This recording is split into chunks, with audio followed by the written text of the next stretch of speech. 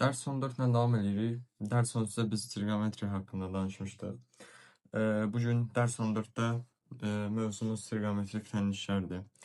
Trigonometrik tənliklər trigonometriya mövzusunu biləndən sonra keçilir və deyim ki, çox asan bir mövzudur. Sadəcə qaydanı, həll yollarını biləndən sonra həll eləmək rahat olur, asan olur. Sadəcə bir şey deyim ki, trigonometrik tənliklərdə xüsusi hallar var ki, xüsusi hallara mütləq diqqət etmək lazımdır. Bu xüsusi hallarda trigonometriya cədvəli ilə əlaqəlidir ki, bugün bu videoda o haqda danışacağıq.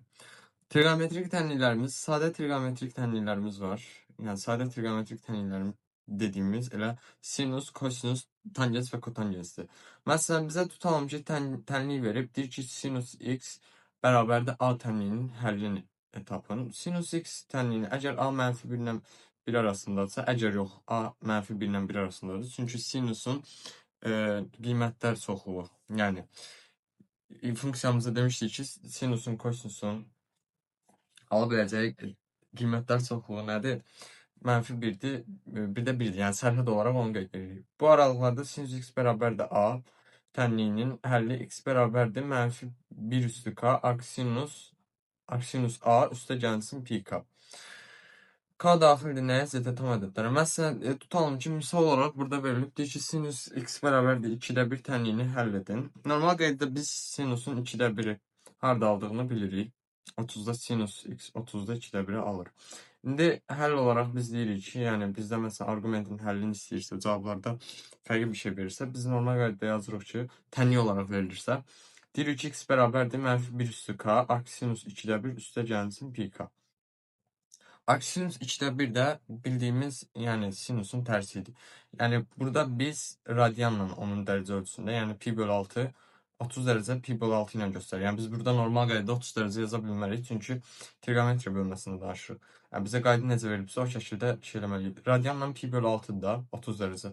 Gördüyünüz kimi burada da qeyd eləyib, x bərabərdir mənfi 1 üstü k, pi bölünsün 6 üstə gəlsin pi k, k daxil nəyə? Z-ə. Misal olaraq burada başqa bir misal var. Deyir ki, sinus x bərabərdir.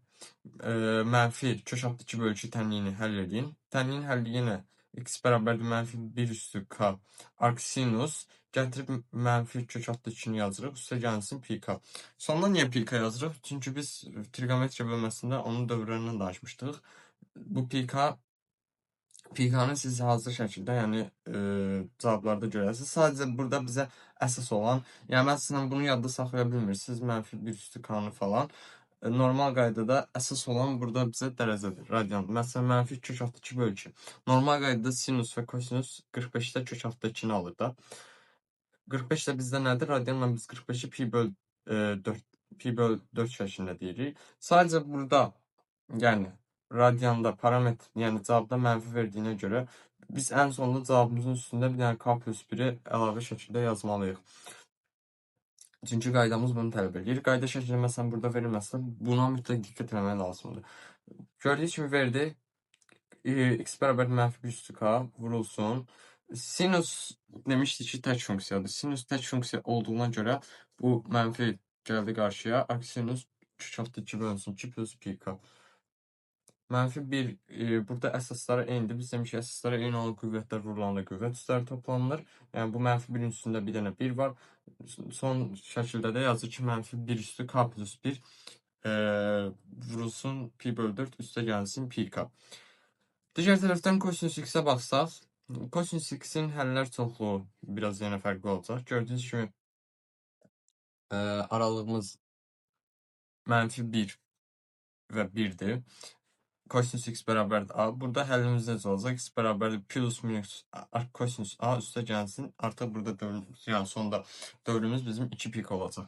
Misal olaraq verirdik ki, kosinus x bərabərdir kök altı 3 bölü 2 tənliyini həll edin. Kosinus x kök altı 3 bölü 2-ni harda alır? 30'da alır. Kök altı 3 bölü 2-ni 30'da aldığına görə normal qaydada yazırıq ki, x bərabərdir plus minus arkosinus kök altı 3 bölünsün 2 üstə gəlsin 2 pi k. Arkosinus kök altı 3 bölü 2-ni də bu şəkildə saxlayamırıq yerinə biz bir dənə pi bölünsün 6, yəni radianla dəyərini yazırıq. Plus minus pi bölünsün 6 üstə gəlsin 2 pi k. Eyni qaydada yenə burada məsələn fərqli bir misal verib, mənfisi ilə verib yenə. Mənfisi ilə verəndə gətiririk arc kosinus -2/1-dir. Biz demişdik tərs funksiyalarda əgər bu şəkildə olarsa kosinusla kotangensdə pi çıxılsından deyirdik. Yəni plus minus mötərizədə bir dənə pi çıxılsın, arc kosinus 2/1 üstə gəlsin 2 pi. Bunların hamısına diqqət etmək lazımdır. Çünki kiçik bir səhv bütün yəni misalı səhv edə bilər, bərbad hala sala bilər. X bərabərdir. Son cavabımızda nə alınıb? 2 pi bölünsün 3. 2 pi bölünsün 3. Plus minus 2 pi bölünsün 3. Üstə gəlsin 2 pi. Burada daha sonra tangensim var. Tangens x bərabərdir a. X bərabərdir arc tangens a üstə gəlsin pi k.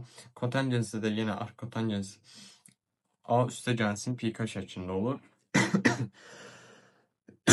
Burada misal verib deyir tangens x bərabərdir kök altda 3 tənliyini həll edin. Yazırıq ki x bərabərdir arc tangens kök altda 3 üstə gəlsin pi k. X bərabərdir kök altda 3 tangens harda alır? 60-da alır üstə gəlsin pi k. Yəni çətin deyil, sadə, asan həll olunacaq, necə deyim, tənliklərdən biridir, trigonometrik tənliklər. Kotangensdə də yenə eyni qayda, məsələn, deyir kök altda 3 bölücü hesablayın. Kotangens kök altda 3 bölücü pi bölücüsü alır. Gətiririk x bərabərdir pi bölünsün 3, üstə gəlsin pi k şəklində yazırıq. Burada başqa bir misal da var, ona da özünüz baxa bilərsiniz. Bir də burada qeyd var, deyir ki, modul a böyüdür 1 olduqda sinus x və kosinus x bərabərdir a tənliklərinin həlli yoxdur.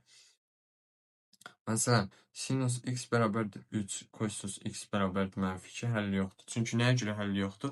Bu bizim qiymətlər çoxluğumuzdan daxil deyil. Yəni, a-da birdən böyük olan bir ədədi qoysaq, modulda niyə verib? Çünki -1 də, -1-dir də bizdə qiymətlər çoxluğumuz sinus və kosinusun.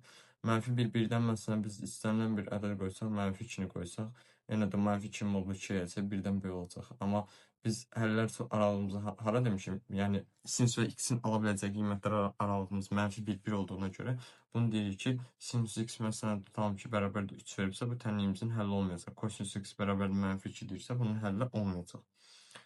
Burada xüsusi hallarımız var. Xüsusi hallara toxunaq, amma bu xüsusi halları siz özünüzə yəni yadda saxlaya bilərsiniz. Deyir ki, sinus x bərabərdir 0 olduqda tənliyimizin həlli pi olur. Bunu bilirik. Çünki sinus 0 harda alır? Pi-də alır. Sinus x bərabərdir 1 olanda x bərabərdir pi bölünsün 2 üstə gəlsin 2 pi olur. Burada məsələn deyir ki, çevrə y bərabərdir düz xəttin hər pi-dən kəsdiyindən dövr bərabərdir pi olur. Burada deyir ki, çevrə y bərabərdir bir düz xəttinə hər 2 pi-dən bir toxunduğundan dövr 2 pi olur. Daha sonra mənfi bir halda var sinusda. -1-də artıq -pi bölünsün 2 üstə gəlsin 2 pi olur. Kosinus x bərabərdir 0 olanda pi bölü 2 üstə gəlsin pi olur. Yəni bu xüsusi hallar elə özü də əsas düsturumuzdan necə deyim, yəni yaranır. Amma sadəcə və mütləq bir şəkildə trigonometriyada o qiymətlər cədvəlini falan mütləq bilmək lazımdır. Xüsusi düsturları bilmək lazımdır ki, tənliklər bölməsində də yəni çıxış edə bilərsiniz. Məsələn, bəzən tənliyi necə verir? Tənliyi mürəkkəb bir halda verir. Sadələşdirib sonunda məsələn bir sinus x bərabərdir 0 almalısınız və yaxud da ümumi bir tənlik verir, bərabərdir 0 yazır, deyir ki, həll edin. Ona görə də ümumi qaydaları falan bilmək bu səbəbdən önəmlidir. Dərs 15 bizdə üstü və loqaritmik funksiyalar olacaq. Loqaritma da çətin görünə bilər, amma həqiqətən asan bir mövzulardan biridir.